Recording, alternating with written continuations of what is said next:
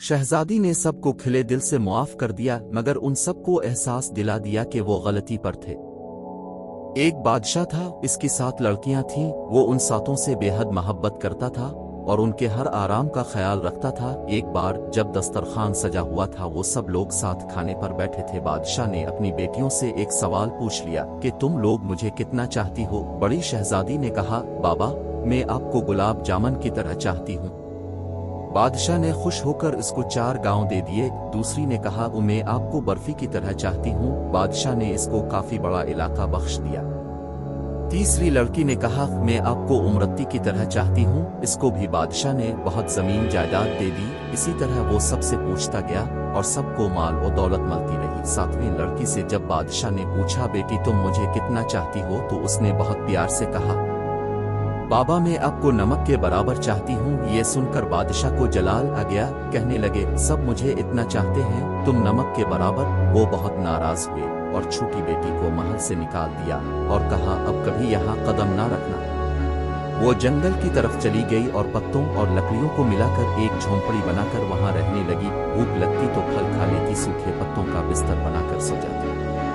एक दिन जब वो सोकर उठी तो देखा कि रंग बरंगी चिड़ियों के पर हर तरफ बिखरे पड़े हैं। इसने उन परों को जमा किया और एक छोटी सी पंखा बना ली। छोटा पंखा जो हाथ से झूल सकते और गर्मी में इसी पंखा से हुआ कर लेती थी। फिर दूसरे दिन इसको और पर मिल गए। इसने बहुत सारे पर इकट्ठा किए और कई पंखा बना लिए और जंगल के किनारे सड़क के पास जाकर बैठ के अपना चेहरा चादर से ढांप लिया। लोग आते गए और पंखियां खरीदते गए। इतनी खूबसूरत पंखा उन्होंने कभी नहीं देखा था। अब तो भीड़ सी लगी रहती। एक बार शहजादे का उधर से गुजर हुआ। इसने इतने खूबसूरत पंखे कभी नहीं देखे थे। सारे खरीद लिए। फिर शहजादी से पूछा, तुम कौन हो? इसने कोई जवाब नहीं दिया। इसके खूबसूरत हाथ बता रहे थे कि इसने कभी काम नहीं किया था। पंखा बनाने में इसकी उंगलियां जख्मी थी। शहजादा इसके पीछे जंगल आ गया और जब इसको पता चला कि वो शहजादी है और सजा काट रही है तो बहुत गमज़दा हुआ। वो अपनी सल्तनत पर वापस गया और वालिदैन से सारा माजरा कह सुनाया। इन लोगों को भी दुख हुआ और वो अपने बेटे की बारात जंगल लेकर आ गए। दोनों की शादी हो गई, मगर शहजादी अपने वालिद को बहुत याद करती थी। वो खुश नहीं रहती थी। एक दिन इसने शहजादे से कहा कि वो अपने वालिदैन की दावत करना चाहती है और उनसे मिलना चाहती है। शहजादे ने जबरदस्त दावत का इंतजाम किया और बादशाह को दावत दी।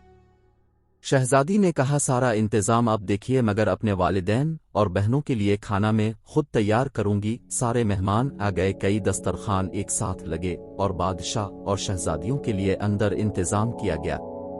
वो जब खाना खाने बैठे तो उनकी बेटी सामने आकर बैठ गई। इसने निकाब पहन रखा था।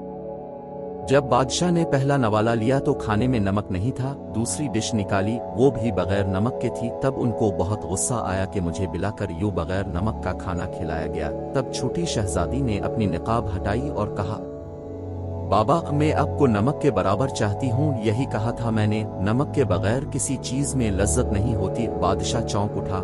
फिर इसने आगे बढ़कर बेटी को गले लगा लिया और उसकी आंखें भर आईं। बेटी से मुआफी मांगी तो शहजादी ने कहा, कोई बात नहीं बाबा, अल्लाह तो सबका है, अब परेशान ना हो, मैं अब बहुत खुश रहती हूँ। बहनों ने भी मुआफी मांगी और गले लगाया और शहजादी ने सबको खिले दिल से मुआफ कर दिया, मगर उन सबको एहसास दिला दिया कि वो गलती पर थे।